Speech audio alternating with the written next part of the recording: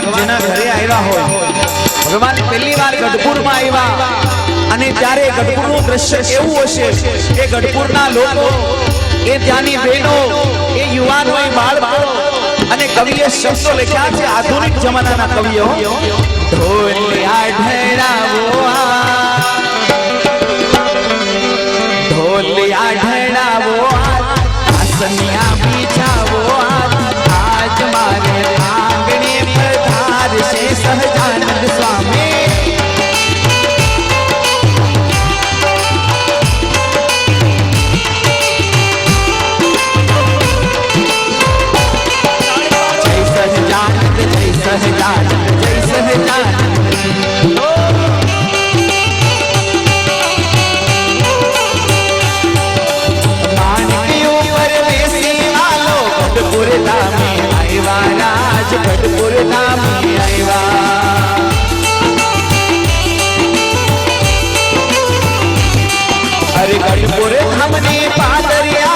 સહજાનંદ યોગા છે રાજ, સહજાનંદ યોગા છે.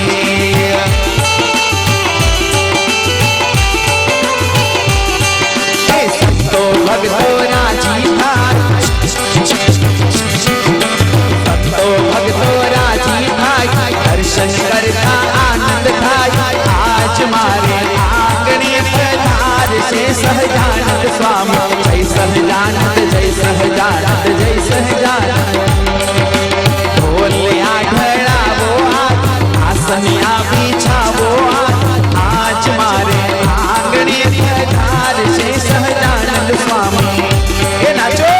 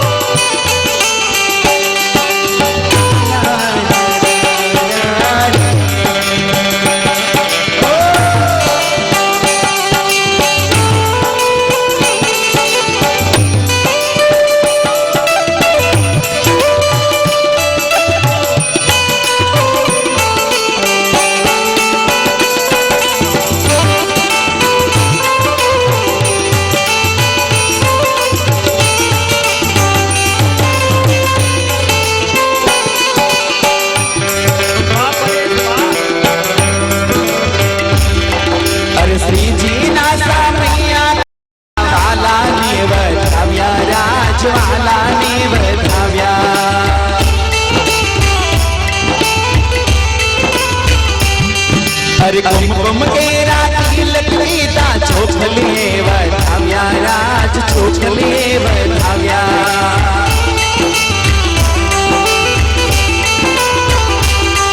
अरे मोतीरे वधावो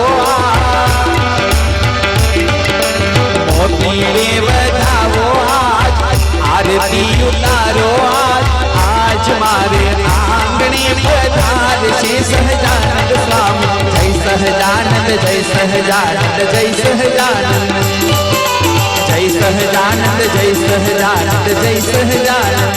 નાચો.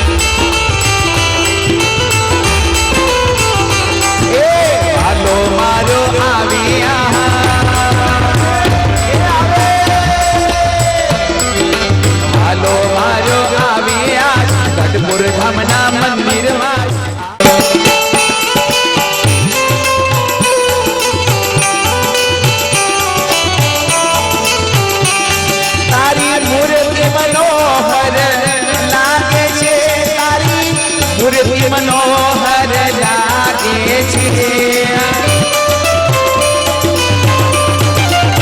ए तारी मूर्ति मनोहर लागे छे तारी मूर्ति मनोहर लागे छे ओ गढ़पुर वाले गोपीनाथ तारी मूर्ति मनोहर लागे छे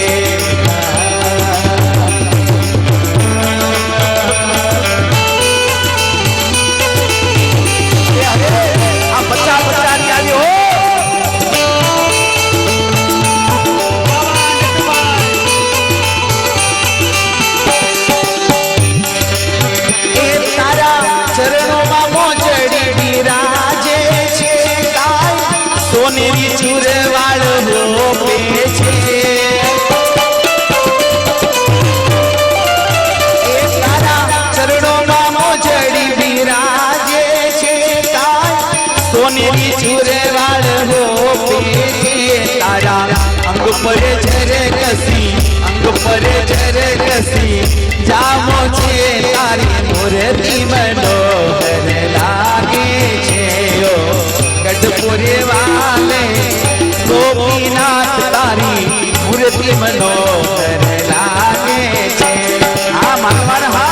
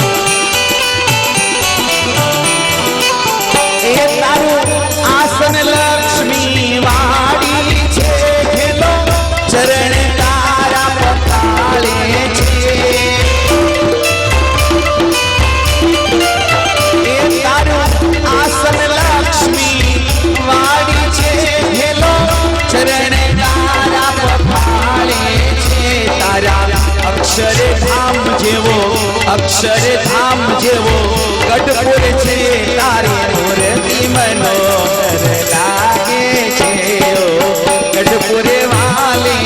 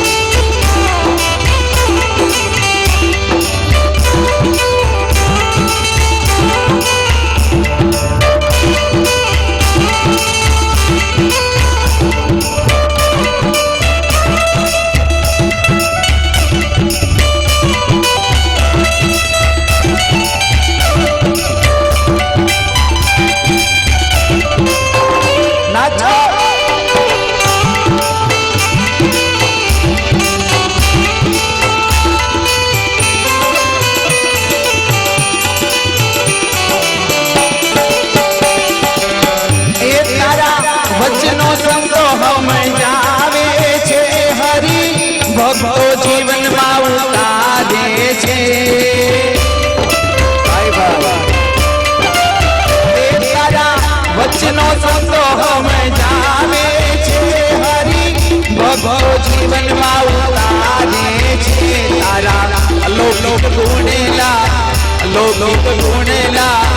गावे छे तारी मूर्ति मनोहर लागे छे ओ गढ़पुर वाले गोपीनाथ तारी मूर्ति मनोहर लागे छे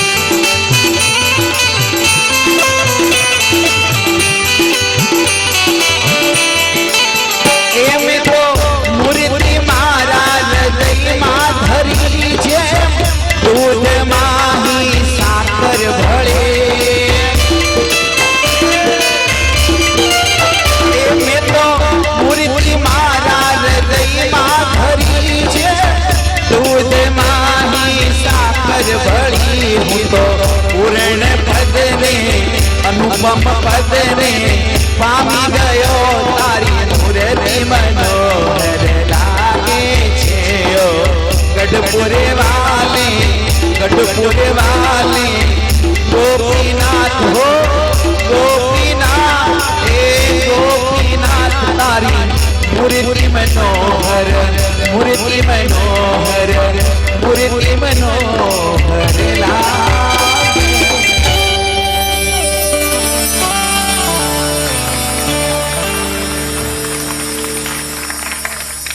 વાહ, થોડીક વાર માટે ભગતને બેહાડી દિવ્ય કથા કરી સ્વામીએ.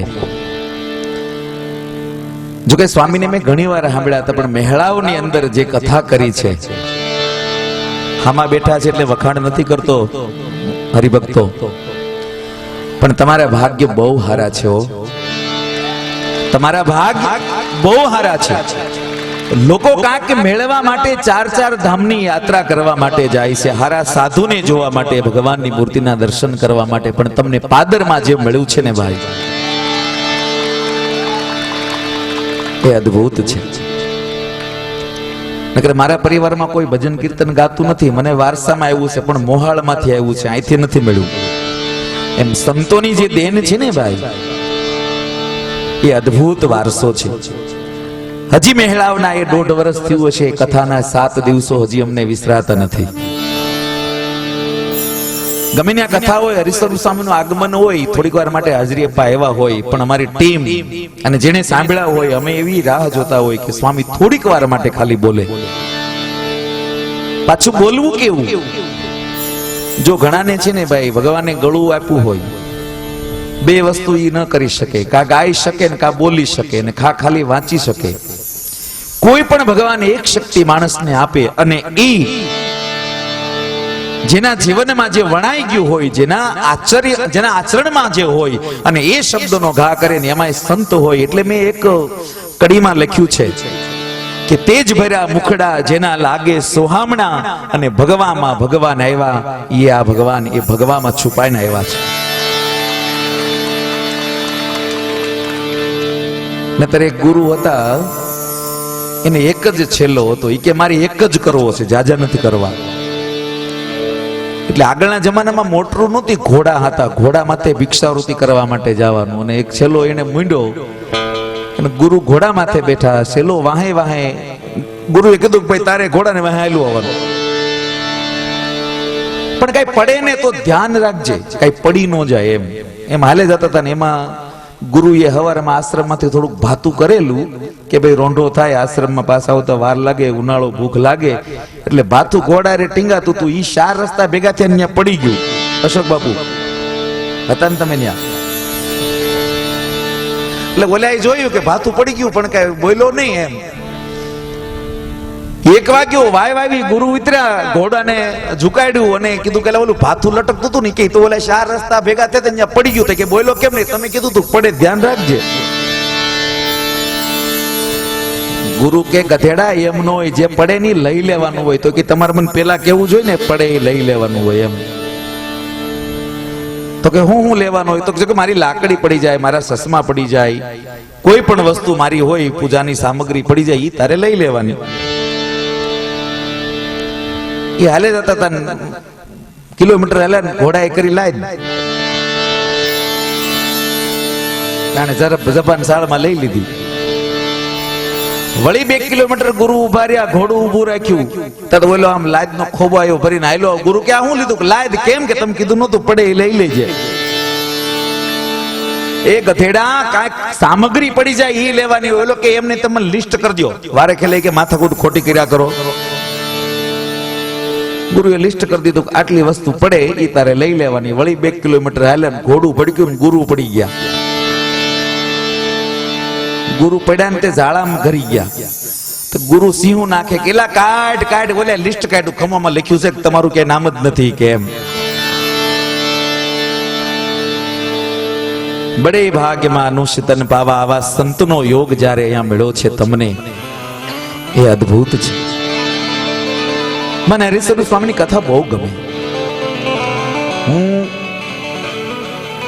માંગરોળમાં કથા હતી વડિયાવાળા આનંદ સ્વામીની, મહારાજશ્રીએ હજી આ મારી બુકમાં એક મને લેખ લખી દીધો મહારાજશ્રીએ, જે હું તમને કહી નહીં.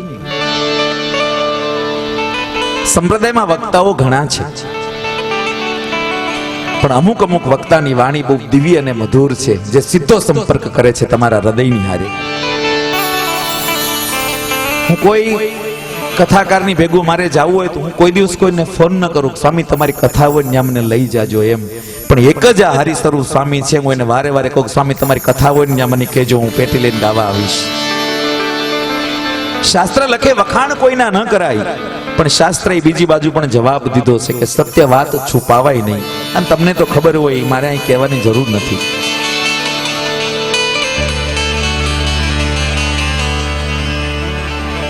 ભજનનો પ્રોગ્રામ હાલતો તો ગામડામાં ભજનો વધારે હોય, બરાબર છે. એટલે એક જીવ 80 વર્ષનો થયો ને ત્યાં લગી કોઈ દી ભજન કે કીર્તનમાં ગયો નહોતો. સાંભળજો, 2 મિનિટની વાત કરું. ભજન પ્રોગ્રામ શરૂ થયો એટલે 80 વર્ષના ડોહા ડેલીમાં ઘેર્યા, એટલે આખું ગામ એની સામે જોવું કે આ કોઈ દી નો આવે ને આ જ આવ્યું. ઘણા જીવ એવા હોય કોઈ દી નો જાય ને ભાઈ, ઈ હોતે જાય હો. આમાં મારે ત્રણેય સમન્વય આંકવાનો છે. યુવાન મિત્રો બેઠા છે, એની ફરમાઈશ પણ લે. કુકડી એક ઈંડું રોજ આપે, એક હારે ન આપે, એક હારે મારીને કાઢી લ્યો ને તો એનું અસ્તિત્વ પૂરું થઈ જાય. પ્રોગ્રામની મજા ઈ છે. આ ઈંડા રૂપી જે ફળ અને જે કીર્તનો ને જે વાતો બારી નીકળે ને એનો રસ ગ્રહણ કરવા માટેની એક આ દ્રાક્ષ રૂપી વેલી છે.